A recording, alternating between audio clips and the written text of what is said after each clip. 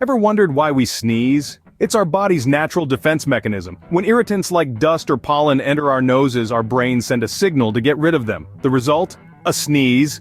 It's a high-speed expulsion of air, reaching speeds of up to 100 miles per hour. In essence, a sneeze is like a biological reset button, clearing our nasal passages to ensure we can breathe clean air. So, next time you sneeze, remember, it's just your body looking out for you. Stay curious.